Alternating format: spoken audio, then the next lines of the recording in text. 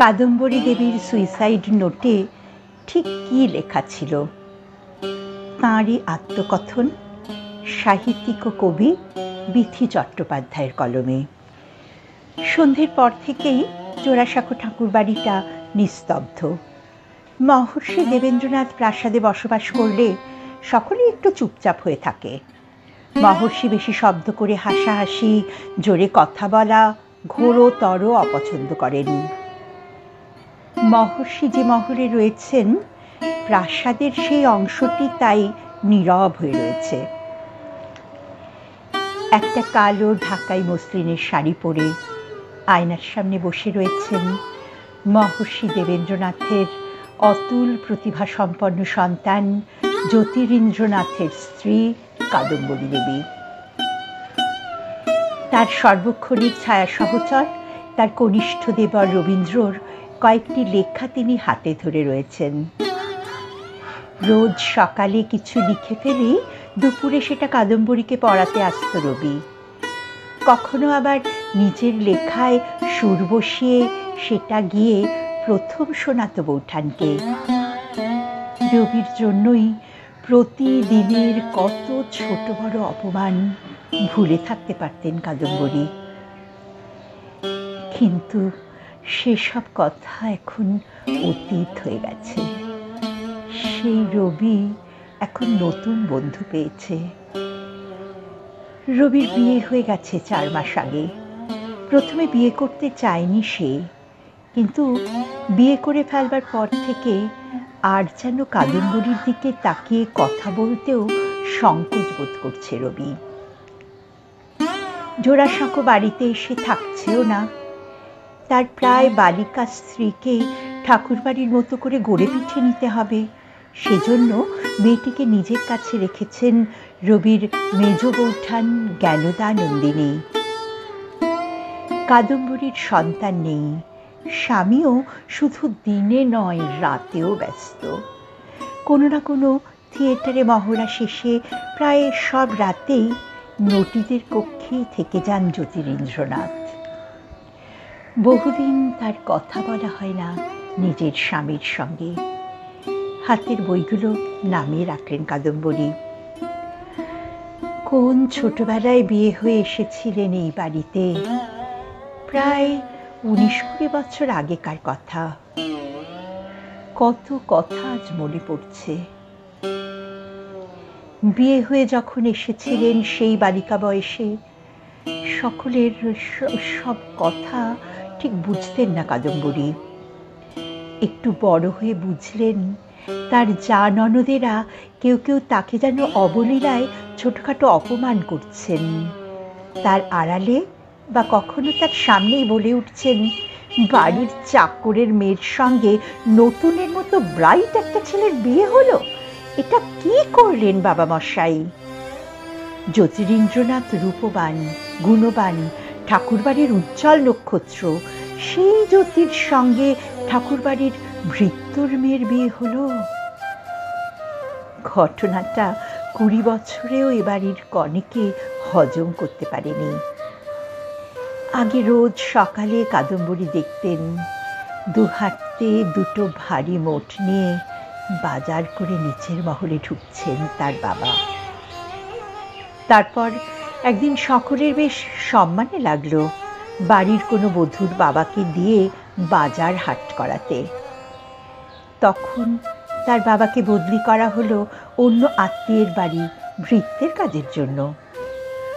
তাতে তবু খানিকটা স্বস্তি পেলেন কাদম্বরী, কারণ এই বাড়িতে কাদম্বরীর সামনে তার বাবাকে অপমান করার একটা দস্তুর চালু ছিল মহিলা মহলের একাংশের। হয়তো কোনোদিন তার বাবা বাজার করে সদর দিয়ে ঢুকছেন, অমনি ঠাকুরবাড়ির এক বধূর নিজস্ব পরিচারিকা তার বাবাকে বললেন, ওই উঠোনের সামনে জল ঢেলে একটু পরিষ্কার করে দাও তো, তারপর তরকারিগুলো ধুয়ে কেটে ফেলো, চটপট করে সব কাজ।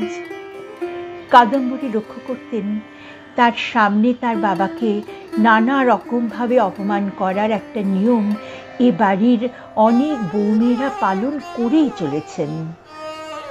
কাদম্বরীর স্বামী যে তার প্রতি প্রায় নিরাসক্ত এবং কাদম্বরীর অপমানের বলবার যে কেউ নেই, সেটা যেন এবারের সদ্য জন্ম নেওয়া শিশুটিও জেনে যায়। তবে রবি প্রতিবাদ করত, সকলের সামনে যতটা প্রতিবাদ করা যায় রবি করত। কিন্তু রবির নিজেরই তখন পায়ের তলায় মাটি নেই। দুবার বিলেতে গিয়ে কোনো ডিগ্রি না নিয়েই ফিরে এসেছে বলে মহর্ষি যথেষ্ট বিরক্ত তার উপর। তাই রবির প্রতিবাদ কে শুনবে? উল্টে বাড়ির বৌমেয়েরা রবিকেই চার কথা শুনিয়ে ছাড়ত। কাদম্বরী নিচে নামলেই তার বাবাকে তার সামনে বেশি অপমানিত হতে হয় বলে একসময় নিজের ঘর থেকে বেরোনো বন্ধ করে দিলেন কাদম্বরী।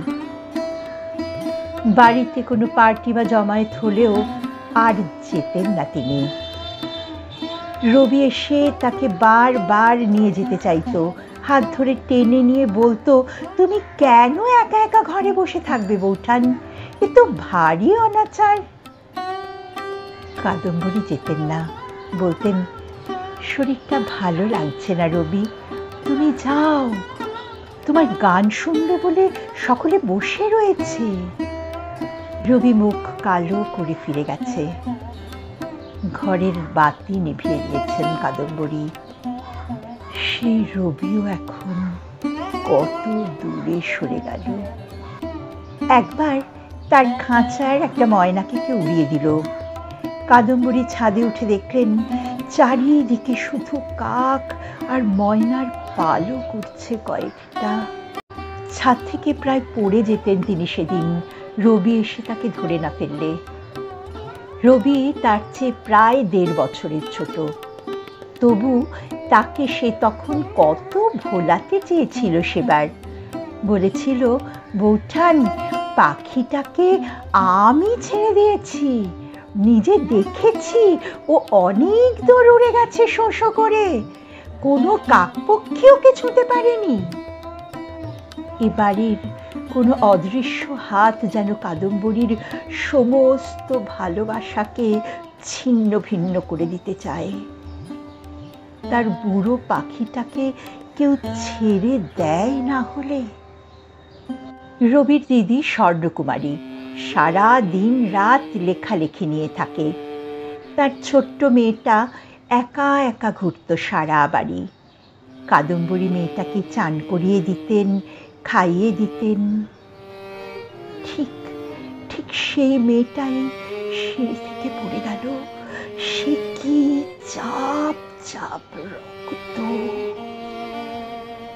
এবারের অলিন্দ খিলান থেকে শোনা গেল কেউ বলছে, একটা আটকুরে অপয়া মেয়ে ছেলে, নিজের তো ছেলেপুলে নেই, তাই স্বর্ণদিদির মেয়েটাকেও রক্ষসীটা খেল। স্বর্ণদিদির মেয়ে উর্মিলার ওরকম রক্তাক্ত মৃত্যুর পর থেকে নিজের ঘরে একেবারে যেন গুটিয়ে গেলেন কাদম্বরী। নিজের ঘরে বসে বসে আফিম খেয়ে নেশায় বুঁদ হয়ে থাকতেন। রবি তবুও আসত তখনও। কাদম্বরী যাতে দুঃখে ডুবে না যান তাই জন্য গান শোনাতেন, কবিতা শোনাতেন। রবির এই আচরণ সহ্য হলো না অনেকের। কাদম্বরীকে একেবারে একা না করে দিলে কারুর কারুর বুক ফেটে যায়। রবির শুধু বিয়েই হয়ে গেল তা নয়, রবিকে জোড়াসাঁকো ছেড়ে থাকতে কার্যত বাধ্য করা হলো।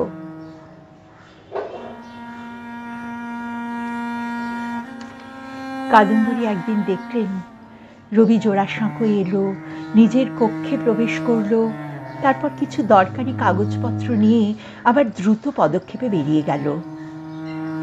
কাদম্বরী যে জোড়াসাঁকোয় বসবাস করেন তা বোধহয় নিজের জীবনের নানা ঘটনার ঘনঘটায় ভুলে গিয়েছিল রবি। কাদম্বরী দেরাজ থেকে একটা শিশি বের করে শিশি থেকে সবগুলো আফিমের বড়ি মুখে দিলেন, জল খেলেন। তারপর কোনো চিঠি লিখলেন না কাউকে, জোড়াসাঁকোর খিড়কি, অলিন্দ আর রবি ঠাকুর তার না লেখা চিঠি হয়ে রয়ে যাবে যুগের পর যুগ। এ শহরে কত কি মুছে যাবে, কিন্তু তার এই না লেখা চিঠির চিহ্ন কোনো দিন মুছবে না। ঘরটা নিষ্প্রদীপ করে দিলেন কাদম্বরী। ঘরটা নিষ্প্রদীপ করে দিলেন কাদম্বরী।